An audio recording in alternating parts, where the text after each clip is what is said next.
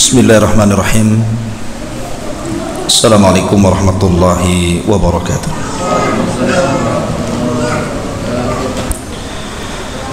Bihamdillahi wassalatu wassalamu ala rasulillah wa ala alihi wa sahbihi wa mawalah wa la hawla wa la quwata illa billahi wa ba'du. Baik, kita lanjutkan kajian kita, masih membahas tafsir dari surah Al-Insyiqaq.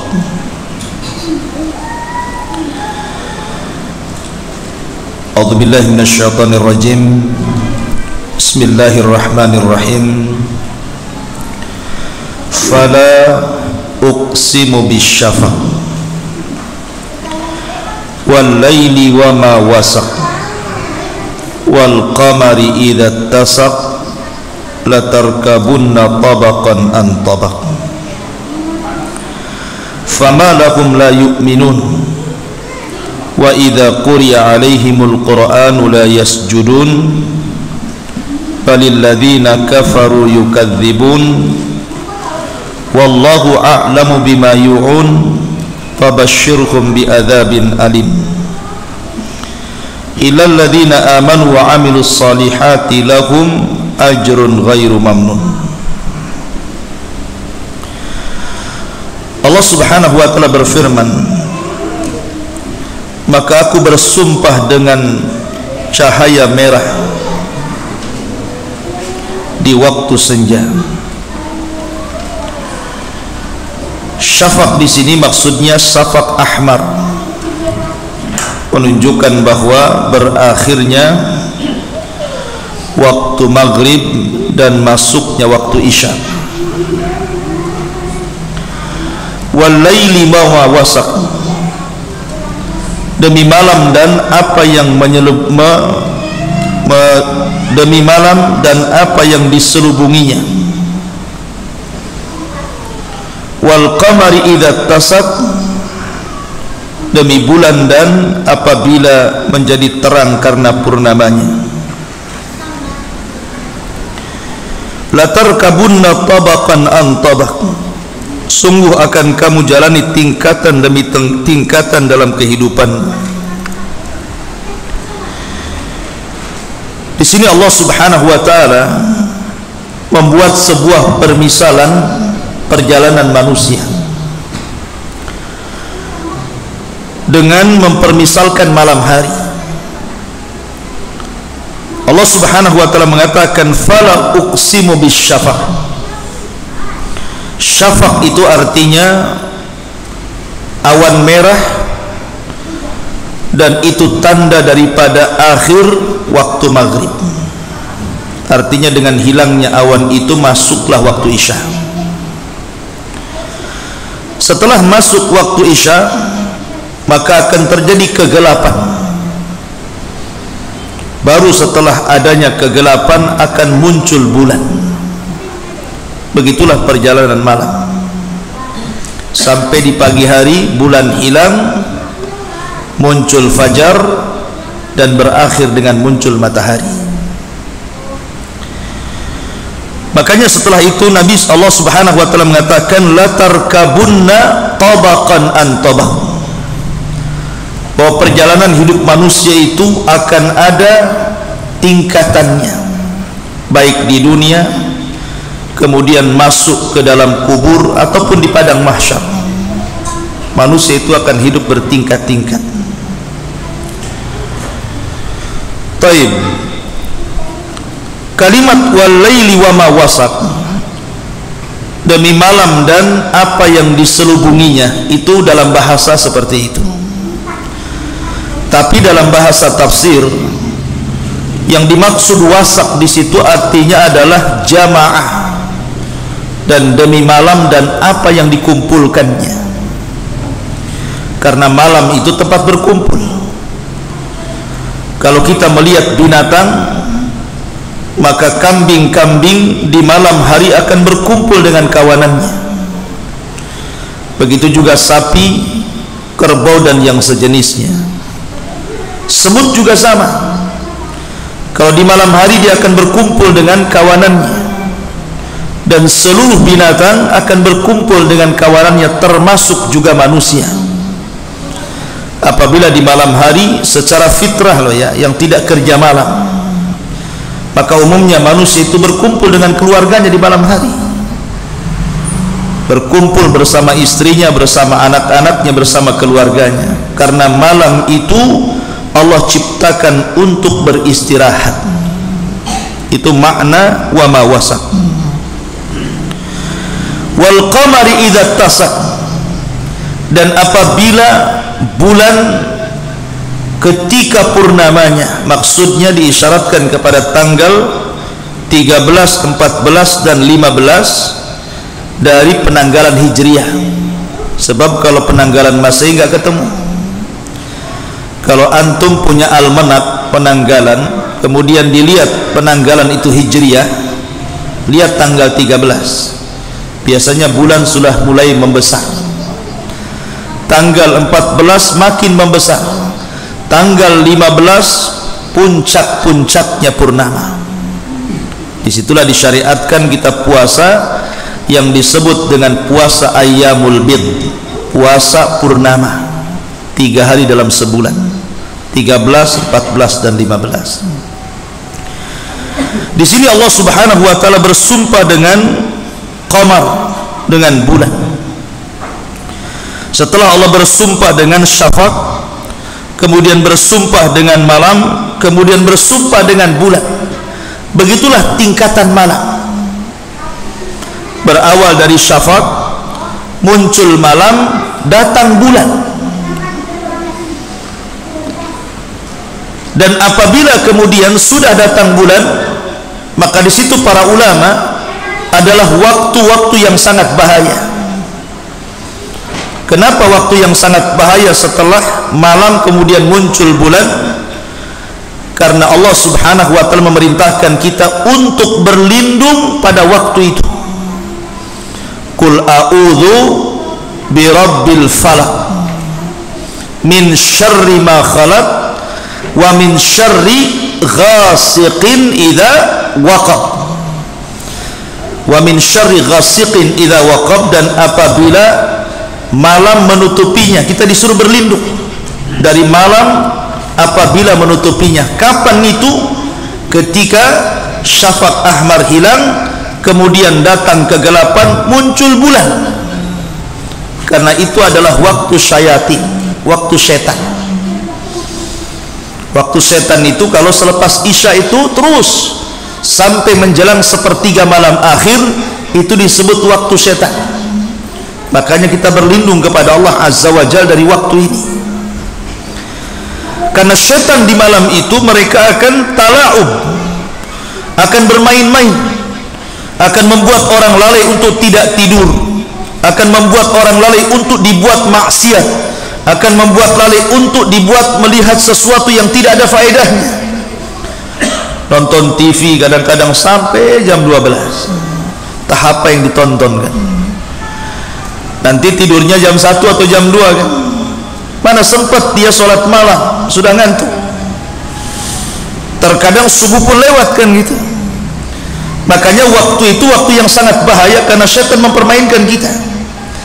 Dari sinilah Nabi SAW melarang tidak boleh tidur setelah maghrib dan tidak boleh banyak bicara setelah isya, kecuali pembicaraannya karena ada faedahnya, mungkin talabul ilmi, mungkin maslahat dunia dan akhirat, karena masalah. Tapi kalau berbicaranya kemudian ngalor ngidul ngetan ngulon gak jelas gitu ya, nah ini masalah. Karena setan akan terus membuat dia asik bicara, lupa waktu. Tahu-tahu jam 1, tahu-tahu jam 2, tahu-tahu tidur, tahu-tahu bangun jam 7 gitu ya, lewat semuanya. Begitulah setan mempermainkan manusia.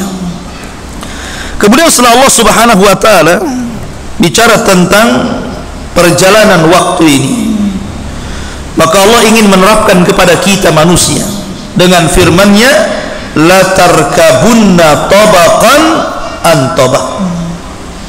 La tarkabunna tabaqan an tabaq. Sungguh akan kamu jalani tingkatan demi tingkatan dalam kehidupanmu. di alam arwah, di alam janin sudah ada tingkatannya. Pertama, manusia itu dari segumpal air mani, kemudian masuk ke tingkatan yang kedua setelah 40 hari, kemudian naik ke tingkatan yang kedua menjadi segumpal darah. Kemudian setelah 40 hari berikutnya naik lagi tingkatannya menjadi segumpal daging, kemudian dimasukkan tulang dan menjadi manusia. Baru setelah kemudian 4 bulan ditiupkan ruh. Disitulah dicatat rizkinya, dicatat ajalnya, dicatat amalnya, dicatat apakah dia husnul khotimah kah, apakah su'ul khotimah kah, dicatat semuanya itu. Baru setelah usia 9 bulan kemudian lahir ke dunia. Ada tingkatan lagi di dunia.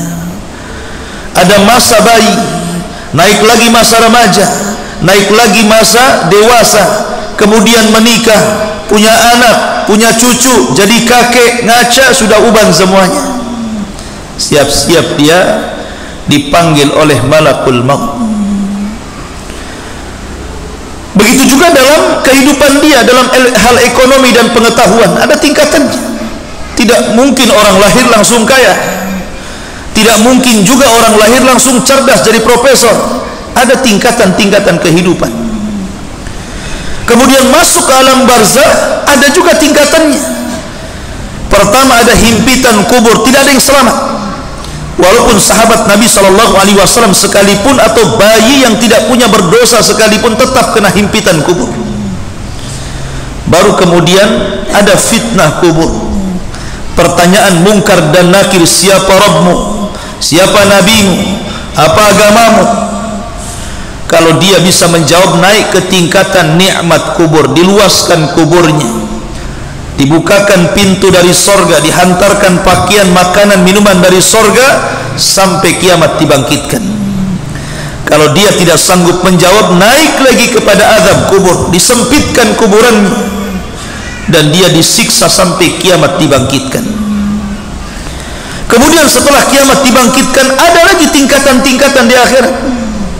Mulai daripada manusia dikumpulkan, dibangkitkan, kemudian dikumpulkan. Setelah dikumpulkan, kemudian ditampakkan catatannya. Setelah ditampakkan catatannya, kemudian mulai mengambil catatannya. Setelah diambil catatannya, kemudian masuk pada proses hisab. Setelah hisab, masuk pada proses timbangan. Setelah timbangan, masuk pada proses melintasi siratil mustaqim. Kalau yang berhasil, maka mereka akan sampai di kontor. Ada proses lagi, proses kisos. Siapa yang pernah menzalimi di dunia akan dikisos di kontor. Setelah kontor, baru kemudian ke lapangan yang di depannya pintu-pintu sorga. Manusia akan berjubel di situ. Baru kemudian pintu sorga dibuka dan semua orang masuk sorga. Sebagian yang lain yang tidak berhasil melewati sirat, maka mereka akan dimasukkan ke dalam neraka. Begitulah tingkatan manusia. Jadi ada tingkatan-tingkatannya, mulai dari janin, lahir, masuk kuburan, masuk padang mahsyar, sampai berakhir dengan sorga. Itu maknanya la tarkabunna tabaqan an tabaq. Kemudian Allah mengatakan fama lahum la yu'minun. Kalau kamu sudah tahu bahwa ada tingkatan-tingkatan seperti itu, ada kehidupan dunia, ada kehidupan kuburan, ada kehidupan akhirat, fama lahum la yu'minun. Kenapa kalian tidak beriman? Kenapa kalian kufur? Kenapa kalian ingkar? Wa idza quri'a 'alaihimul qur'anu la yasjudun. Apabila dibacakan Al-Qur'an kepada mereka, mereka tidak sujud. Maksudnya bukan sujud tilawah di sini. Yasjudun itu artinya yakhda'un. Kenapa kalian tidak merendah dengan Al-Qur'an? Apabila dibacakan Al-Qur'an, kenapa tidak kalian benarkan? Ya, benar, sah, betul. Karena Allah Subhanahu wa ta'ala apabila berfirman sadaqallahul azim, maha benar Allah dengan segala firman-Nya. Tapi orang-orang kafir mereka mendustakan. Apabila dibacakan kepada mereka Al-Quran, mereka tidak langsung sami'na wa ata'na, tapi mereka malah mendustakan, terkhusus apabila dibacakan kepada mereka tentang masalah akidah, tauhid dan keyakinan. Karena orang-orang kafir tidak percaya ada hari kebangkitan setelah kematian. Orang-orang kafir tidak percaya, sama dengan orang-orang komunis gitu ya. Makanya orang-orang kafir yang tidak percaya dengan adanya kebangkitan, mereka orang yang paling takut dengan kematian. Orang kafir itu takut dengan kematian. Kenapa? Karena tidak percaya ada hari berbangkit masalahnya. Tapi seorang yang beriman, karena dia yakin ada hari kebangkitan, sehingga dia persiapkan di dunia dengan amalan, dia tidak akan takut dengan kematian. Makanya Khalid bin Walid ketika ditanya oleh tentara Romawi, tentara Nasrani, tentang kiat-kiat kenapa dia bisa menang perang padahal pasukan tidak banyak, sementara orang-orang Romawi itu pasukannya berkali-kali lipat dibandingkan pasukan kaum muslimin yang dipimpin Khalid, mereka bertanya tentang kunci kemenangan. Maka Khalid hanya sederhana saja, kalian ingin tahu kenapa kami dimenangkan?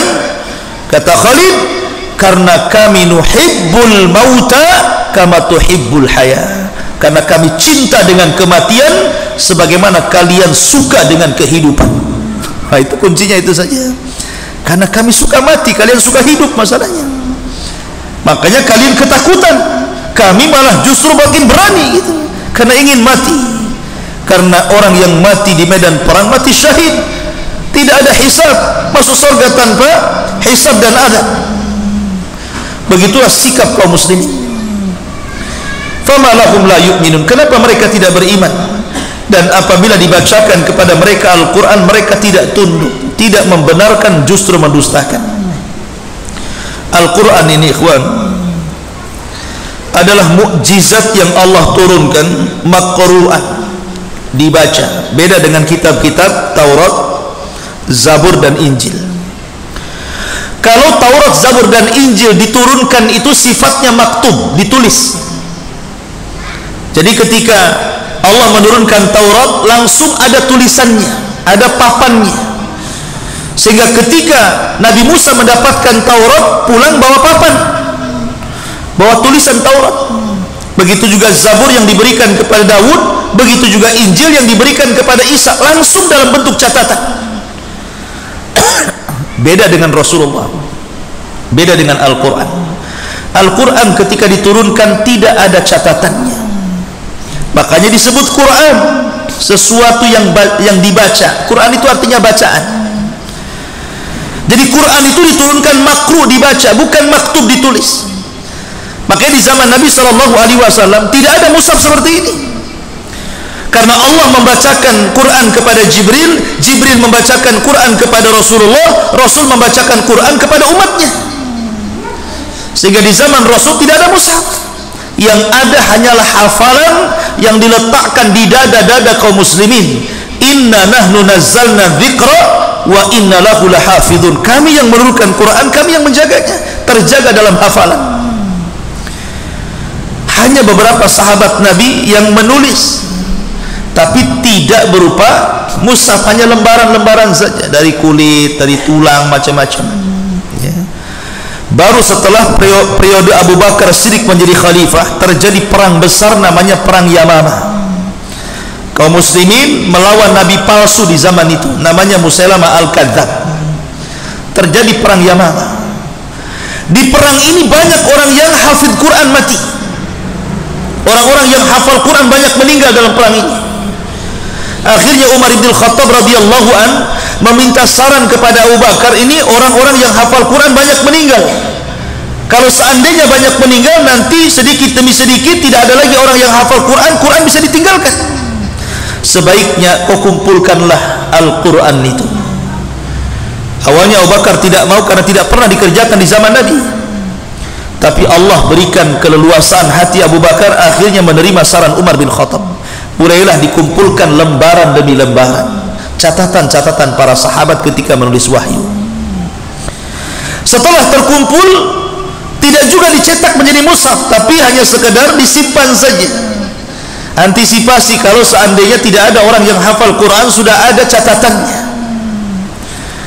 Akhirnya Setelah kemudian Abu Bakar meninggal dunia, di zaman Umar pun belum dicetak, sampai Umar meninggal dititipkan kepada Hafsah.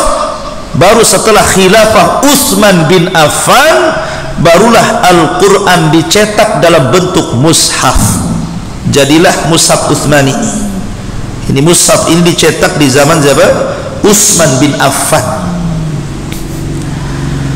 Ketika itu Utsman bin Affan mengumpulkan qiraah syadz, karena para sahabat ini ketika mencatat masing-masing itu ada yang lengkap, ada yang tidak lengkap, ada yang sedikit gitu kan. Jadi mereka punya catatan Quran itu ada yang 2 lembar, 3 lembar di rumah-rumah para sahabat, kemudian dikumpulkan. Yang ada kemiripan dan kesamaan jadi satu, yang ada perbedaan dipisah. Karena ada beberapa qiraah yang berbeda. Seperti umpamanya Allah mengatakan innallaha huwal ghaniyul hamid. Dalam qiraah yang lain innallaha huwal ghaniyul hamid, ada huwanya. Ini beda sini, ini beda bacaan nih. Mana yang banyak sesuai bacaannya dikumpulkan, mana yang beda dikumpulkan lagi. Lah yang beda ini disebut qiraatus syadzah, dibakar oleh Utsman bin Affan. Kemudian yang ada kemiripan dan kesamaan, inilah yang kemudian menjadi kesepakatan para sahabat zaman itu untuk dicetak, jadilah mushaf Utsmani, supaya tidak ada perselisihan. Ya, jadilah mushaf Utsmani, satu dunia jadi mushaf Utsmani.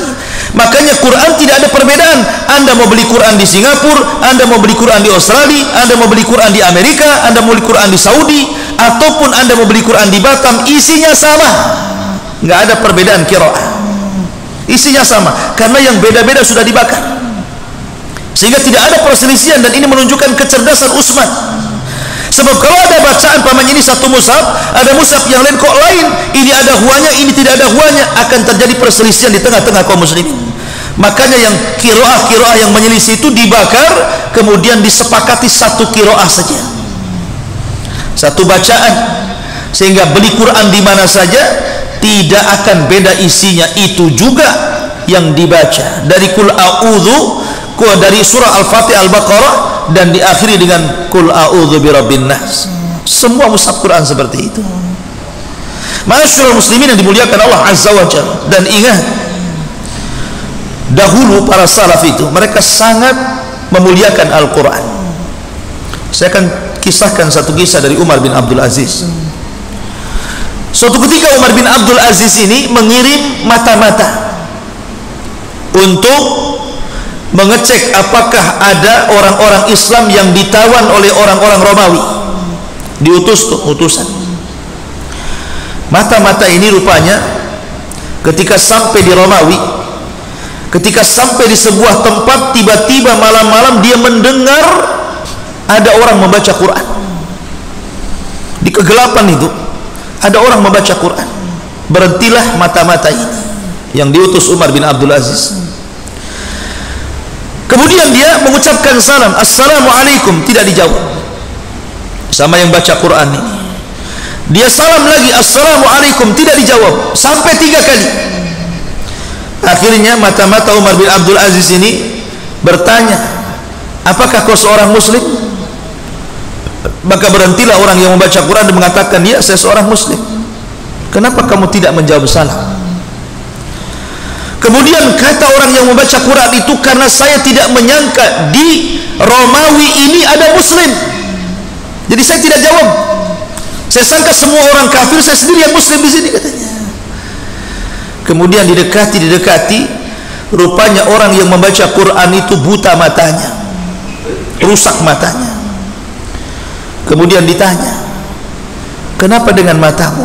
Rupanya dia tentara dulunya, kemudian ketangkap, kena tangkap dan disandra, jadi tawanan orang-orang Romawi.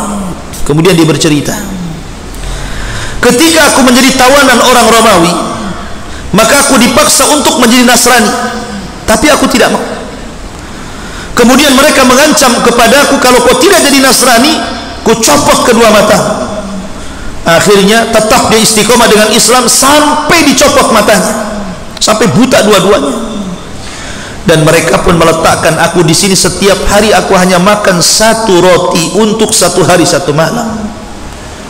Tetapi aku sudah bersumpah kepada Allah Azza wa Jalla, Aku akan bersumpah kepada Allah, kalau aku meninggal kemudian Allah hadapkan diriku, aku bersumpah kepada Allah, aku akan mengatakan kepada Umar bin Abdul Aziz, kalau berjumpa pada hari kiamat, saksikan wahai Khalifah Amirul Mukminin bahwa tidak ada orang muslim di tanah Rum kecuali diriku, dan aku meminta kepadamu, jadikan aku satu sorga denganmu. Akhirnya mata-mata ini kemudian pergi pulang, kemudian menemui Umar bin Abdul Aziz. Kata Umar bin Abdul Aziz, apa yang kau temui di negara Romawi itu? Maka mata-mata ini mengatakan, sungguh aku mendapati orang yang sedang membaca Quran begini, begini, begini, begini. Ceritakan semuanya. Marah Umar bin Abdul Aziz ini, karena dia hafal Quran tentara ini, disiksa sedemikian rupa, bahkan sampai dicopot kedua matanya. Ngamuk Umar bin Abdul Aziz, tulis surat. Ya. Kata Umar bin Abdul Aziz, serahkan surat ini kepada Malikur Rum, Raja Romawi. Akhirnya dibawalah surat itu sampai ke Raja Romawi. Pas dibaca surat itu, ancaman dari Umar bin Khattab, wahai Raja Romawi, sampainya surat ini kepadamu menunjukkan bahwa saya akan mengerahkan pasukan besar, awalnya dari kalian dan akhirnya dari diriku. Kalau kau tidak lepaskan dia, maka kuhancurkan sampai ke akar-akarnya. Ketakutan Raja Romawi, dapat surat itu ketakutan. Ya. Akhirnya kemudian raja ini mengutus prajurit untuk mencari orang yang buta itu. Allah takdirkan sudah meninggal. Ini orang buta ini. Ketakutan lagi Raja Romawi. Kenapa? Ini gimana, apa yang harus kami lakukan? Orang yang sudah meninggal masalahnya. Akhirnya kemudian Raja Romawi minta waktu 1 hari kepada mata-matanya untuk berpikir, nih apa yang harus kami jawab untuk Umar bin Abdul Aziz ini. Akhirnya kemudian dia pun ngomong sama utusan delegasi Umar bin Abdul Aziz, demi Allah kami tidak membunuh orang itu. Dia mati sendiri karena dia banyak beramal, dia banyak sholat malam, dia banyak puasa, dia banyak berzikir. Akhirnya kelelahan kemudian mati. Wallahi kami tidak membunuhnya, katanya, saking takutnya tuh. Akhirnya, kalau engkau ketakutan dengan khalifah kami, ya sudah, bawa saja jasadnya, kamu mandikan, kamu kafankan, bersihkan, masukkan ke kendaraan, biar aku katakan kepada Umar bahwa dia tidak dibunuh tapi dia mati karena amalannya. Akhirnya berangkatlah, kemudian sampai di kota Baghdad, kemudian diceritakan tentang kematian orang yang hafal Quran ini. Maka Umar bin Abdul Aziz kemudian meninggal, menangis dan melihat jasadnya, mengatakan dan diceritakan nazarnya, dia mengatakan, ya semoga aku bersama dia di sorga, semoga aku bersama dia di sorga. Begitulah orang-orang yang hafid Al-Quran dihormati di zaman itu. Kenapa? Karena Khalifah Umar bin Abdul Aziz itu hafal Quran. Sejak kecil sebelum balik sudah hafal Quran. Dia bukan hanya khalifah tapi ulama. Dia ulama fiqih. Memang betul-betul ulama yang melahirkan para ulama. Sehingga bukan khalifah sembarangan Umar bin Abdul Aziz itu. Makanya dia sangat cinta dengan para penghafal Quran. Ma'asyiral muslimin yang dimuliakan Allah Azza wa Jalla. Wa idza quri'a 'alaihimul Qur'anu la yasjudun. Balil ladzina kafaru yukadzibun. Bahkan orang-orang kafir terhadap Al-Quran mereka suka mendustakan. Mereka suka mendustakan. Terkadang hati orang kafir itu sebenarnya mereka itu yakin dengan kebenaran Al-Quran itu, tapi lisan mereka mendustakannya. Makanya Allah mengatakan, wallahu a'lamu bima yu'un, dan Allah lebih mengetahui apa yang mereka sembunyikan dalam hati mereka. Jadi orang kafir itu di zaman Nabi SAW itu meyakini bahwa Quran itu bukan ciptaan Muhammad, bukan ucapan Muhammad, tapi betul-betul wahyu yang Allah wahyukan kepadanya. Mereka yakin hati mereka, tetapi karena kesombongannya mereka mendustakan Al-Quran. Contoh saja kisah Al-Walid ibn Mughirah yang sudah sering saya ceritakan. Al-Walid ibn Mughirah ini orang yang paling kaya raya. Tanahnya terbentang dari Mekah sampai ke Taif, dan anak-anaknya sukses. Tidak ada orang kaya melebihi dia di zaman itu, di zaman Quraisy. Selain kaya, orangnya cerdas, ahli syair, pujangga Arab. Dia penasaran dengan apa yang diturunkan kepada Rasulullah. Datang dia kepada Abu Bakar dan mengatakan, wahai Abu Bakar, saya dengar sahibuka, saudaramu si Muhammad itu turun kepada dia wahyu. Bisa enggak kau bacakan kepadaku beberapa wahyu yang diturunkan kepadanya? Akhirnya Abu Bakar membacakan ayat-ayat Al-Quran di hadapan Al-Walid ibn Mughirah, dan dia menikmati, kemudian meyakini bahwa ini adalah firman Tuhan. Karena sudah keenakan dengan bacaan Quran yang dibaca Abu Bakar, dia ingin lagi membaca langsung dari Rasulullah. Ditemui Rasulullah sama dia, kemudian diminta agar dibacakan padanya Al-Quran. Maka Nabi SAW kemudian membacakan Al-Quran sampai ketakutan ketika Nabi SAW membacakan anzartukum misla sa'iqati adin wa samud fa in a'radu anzartukum bisa'iqati adin wa samud. Kalau mereka berpaling dari agama yang hak ini, maka akan datang kepada mereka petir yang akan memusnahkan mereka seperti Allah musnahkan kaum Ad dan kaum Samud. Katanya Walid, hasbuka ya Muhammad, cukup kan. Ketakutan dia, tapi dari situ dia yakin Quran itu sebuah kebenaran. Tapi ketika kemudian dia berkumpul dengan orang-orang Quraisy, orang-orang kafir Quraisy, di situ ada Abu Lahab, di situ ada para pembesar, ada Abu Jahal, ada Umayyah, ada Al-Walid, macam-macam. Ketika diminta komentar bagaimana menurutmu tentang Al-Quran, mikir dia. Kalau dia katakan Muhammad itu benar, kedudukannya tergeser. Kalau dia katakan Muhammad dusta, kenyataannya itu bukan perkara dusta. Akhirnya di antara dua perkara nih. Kalau saya katakan Muhammad dusta, dia sudah menikmati Al-Quran dan memang itu firman Allah. Kalau dia katakan Muhammad itu benar, posisinya tergeser. Pusing akhirnya Al-Walid ini. Tetapi dia mendahulukan dunia, sehingga Allah katakan balil ladzina kafaru yukadzibun. Orang-orang kafir akhirnya berdusta padahal hatinya membenarkan. Akhirnya dia bicara di hadapan manusia, in huwa illa qaulun yu'thar, in huwa illa qaulun bashar. Oh, kalau kau tanya tentang Al-Quran yang turun kepada Muhammad itu adalah sihir impor, dan itu perkataan Muhammad, jangan dibenarkan. Kurang ajar tidak tuh? Dia sudah meyakini itu benar, tapi lisannya mendustakan. Begitulah orang kafir ya. Bahkan setiap malam para pembesar Quraisy itu menikmati Al-Quran yang dibaca Rasul ketika sholat malam. Rasul itu kalau sholat malam dia baca Quran. Nanti di sekitarnya itu banyak tokoh-tokoh Quraisy yang mendengarkan. Mereka datang ngintip-ngintip, ngendap-ngendap apa yang dibaca si Muhammad itu, dan itu tidak ada koordinasi satu dengan yang lainnya. Sampai suatu malam Rasul tidak sholat malam dan tidak baca Quran.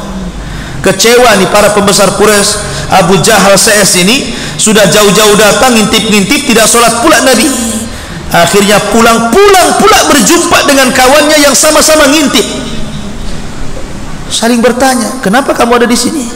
Kenapa kamu ada di sini? Loh, kenapa kamu ada di sini juga, katanya. Akhirnya mereka ngaku bahwa kami mendengarkan bacaan Muhammad dan kami sangat menikmatinya. Maka mereka sepakat jangan sampai diketahui kaum kita. Kalau sampai kaum kita mengetahuinya, habis marwah kita di hadapan mereka. Sebaiknya kita jangan datang lagi kemari. Itu janji mereka, tidak akan datang lagi kemari. Tapi Quran itu seperti besi berani, nyedot orang. Besoknya datang lagi, besoknya datang lagi. Lihat ya, di malam hari mereka menikmati Al-Quran, di siang hari mereka memusuhi Al-Quran. Itulah orang-orang kafir ya. Di malam hari lezat rasanya mereka mendengarkan Rasul membaca Quran, tapi di siang hari menjadi musuh besar Nabi SAW dan menjadi musuh Al-Quran itu sendiri. Na'udzubillah. Makanya Allah mengatakan balil ladzina kafaru yukadzibun wallahu a'lamu bima yu'un. Bahkan orang-orang kafir selalu mendustakan, dan Allah tahu apa yang ada pada hati mereka. Makanya karena mereka mendustakan Al-Quran, fabashshirhum bi'adzabin alim, kasih kabar gembira kepada mereka akan ada azab yang pedih yang Allah timpakan kepada mereka. Kemudian Allah mengatakan illal ladzina amanu, kecuali orang-orang yang beriman, wa amilus shalihat, dan orang-orang yang beramal saleh. Lihat, Allah menggunakan jamak di sini, bukan mufrad, bukan tunggal. Orang-orang yang beriman. Kenapa menggunakan jamak? karena ada kalanya iman itu tidak bisa dibangun kecuali dengan jamaah. Ada kalanya kita tidak bisa membangkitkan iman sendirian kecuali kalau berjamaah baru bangkit iman kita. Contoh yang sederhana saja, sholat. Sholat kalau jamaah ikhwan khusyuk. Kenapa? Karena syaitan tidak mungkin menerkam orang yang sholat berjamaah. Sebagaimana serigala tidak mungkin memakan kambing yang pada koloninya, kecuali kambing berpisah pada kawanannya baru dikejar serigala. Makanya serigala kalau mau ini kambing maka dicerai-beraikan kambing itu. Mana yang keluar dari kawanannya itu yang dikejar. Begitulah syaitan menggoda anak Adam. Kalau sholat berjamaah, syaitan agak sulit tuh untuk menggoda kita. Coba antum sholat sendiri, macam-macam godaan, mulai daripada sholatnya kilat khusus, bacaannya itu saja, rakaat pertama kulhu, kedua kulhu lagi, lupa dia dengan Al-Taina. Kemudian setelah selesai salam tidak ada zikir, yang ada tengok handphone, balas WhatsApp. Kemudian setelah balas WhatsApp tidak ada sholat sunnah, langsung naik berdiri. Banyak perkara-perkara hilang kan? Kalau ada sholat sendiri di rumah itu banyak perkara-perkara hilang. Tapi kalau di masjid kan tidak. Masuk masjid, ada orang sholat sunnah, gak enak juga sholat sunnah juga. Ada jeda dulu. Kemudian sholat tidak bisa di request pada imamnya, tetap saja ikut imam. Walaupun hatinya ingin kulhu, imamnya an-naba, tetap saja ikut imamnya kan. Tidak bisa dia, tetap aja ikut imam. Mau pendek mau panjang terserah imam lah ya. Kemudian setelah sholat masih kesempatan zikir, ada sholat lagi. Malu dia ketika zikir mau pegang WA. Masya Allah ikhwan, ada keimanan itu terkadang ditumbuhkan dengan jamaah. Ya. Puasa juga sama. Kalau anda puasa rame-rame di bulan Ramadan, tidak ada gangguan sama sekali. Kenapa? Karena semua orang berpuasa, sehingga kita bisa puasa nyantai dari pagi sampai sore pun nyantai, karena semua orang puasa. Tapi ketika batal sekali di bulan Ramadan, kemudian kita ingin bayar di bulan Syawal, stres kita. Kenapa? Tengok kiri cendol, tengok kanan cincau. Apa enggak stres coba? Akhirnya apa? Ke rumah tidur, puasa tidur jadinya. Jadi banyak godaan-godaan. Makanya di sini terkadang ada keimanan tidak bisa dibangkitkan kecuali dengan jamaah. Kalau dia sendirian susah bangkit imannya. Termasuk juga wa amilus shalihat, orang-orang yang beramal soleh. Terkadang amal soleh itu baru bisa dibangun dengan jamaah, mudah, lebih khusyuk, lebih tenang gitu ya, lebih meningkat imannya. Tetapi tidak semua harus berjamaah. Ada amalan-amalan yang harus kita sembunyikan antara kita dengan Allah, seperti keikhlasan dalam bersedekah. Tak perlu ditampakkan kan itu. Atau sholat malam sendirian di tengah malam ketika orang terbangun, tidak perlu kemudian pasang lab, handphone dipasang, saya lagi sholat malam. Kasih tahu istrinya, yang punya istri, nggak punya istri kasih tahu pacarnya, abang lagi sholat malam katanya. Naudzubillah. Lahum ajrun ghairu mamnun. Maka bagi mereka ada pahala yang tidak akan terputus. Kecerdasan seorang muslim ketika beramal di dunia, maka dia akan memilih amalan yang tidak akan terputus. Seorang muslim itu amalan banyak di hadapan dia, tapi dia cerdas memilih. Bagaimana caranya dia memilih amalan yang kalau dia meninggal amalan itu terus mengalir? Seperti Rasul mengatakan, idza mata ibnu Adam inqata amaluhu illa min salasin sadaqatin jariyah aw ilmin yuntafa'u bihi aw waladin salihin yad'u lahu. Apabila anak Adam meninggal, terputus amalannya kecuali 3 perkara. Pertama, sedekah jariyah, maka dia memilih sedekah. Sedekah tidak harus dengan harta. Punya tenaga, sedekah dengan tenaganya. Punya ilmu, sedekah dengan ilmunya. Punya jabatan, sedekah dengan jabatannya. Punya harta, sedekah dengan hartanya. Sedekah, karena itu amalan yang tidak terputus. Atau ilmu, pengetahuan yang diajarkan kepada orang lain. Ataupun kita punya anak yang soleh yang kita didik. Anak yang soleh, kalau anda punya keturunan diberikan anugerah anak, maka didiklah. Kalau seandainya Allah takdirkan kemudian anak itu menyimpang, setelah anda didik, maka anak itu tidak mentransfer dosa lagi kepada kita. Jadi antum didik anak antum sholat, suruh belajar di waktu belum balik umpamanya, akhirnya anak itu nampak kesolehannya, Setelah balik, orang tuanya meninggal. Rupanya anak ini tersesat. Yang tadinya ketika masa kecilnya dia sholat, akhirnya tidak sholat. Masa kecilnya taat, akhirnya maksiat. Maka orang tua tidak mungkin terseret lagi dengan anaknya. Kenapa? Karena bebannya sudah selesai, tugasnya sudah selesai. Tapi kalau anak itu tidak dididik sama sekali, dari kecil tidak pernah diarahkan ke agama, dari kecil tidak pernah diajari sholat, dari kecil tidak pernah dihadirkan di majelis ilmu, dari kecil tidak pernah diajarkan Quran, kemudian orang tuanya meninggal, makin besar makin jahat, maka anak itu akan menyeret orang tuanya ke neraka. Maka supaya yang ditransfer anak itu adalah pahala dan bukan dosa, maka ini anak ini harus jadi anak soleh dulu. Makanya awaladin salihin yad'ulahu, atau anak soleh yang mendoakan kedua orang tuanya. Dan tidak mungkin soleh kecuali ada yang mendidik kesolehannya. Siapa? Orang tua. Siapa lagi? Ya. Maka ini beban orang tua. Dan seorang muslim harus cerdas ketika di dunia, cari amalan-amalan yang bisa mengalir. Amalan banyak, tapi carilah yang mengalir itu, supaya setelah kematian kita dengan usia yang pendek, kita tetap berpahala walaupun kita sudah masuk ke alam barzakh. Wallahu a'lam bishawab. Ini yang bisa sampaikan. Subhanallah bihamdika, asyhadu an la ilaha illa anta, astaghfiruka wa atubu ilaik. Allahu ta'ala alam. Assalamualaikum warahmatullahi wabarakatuh.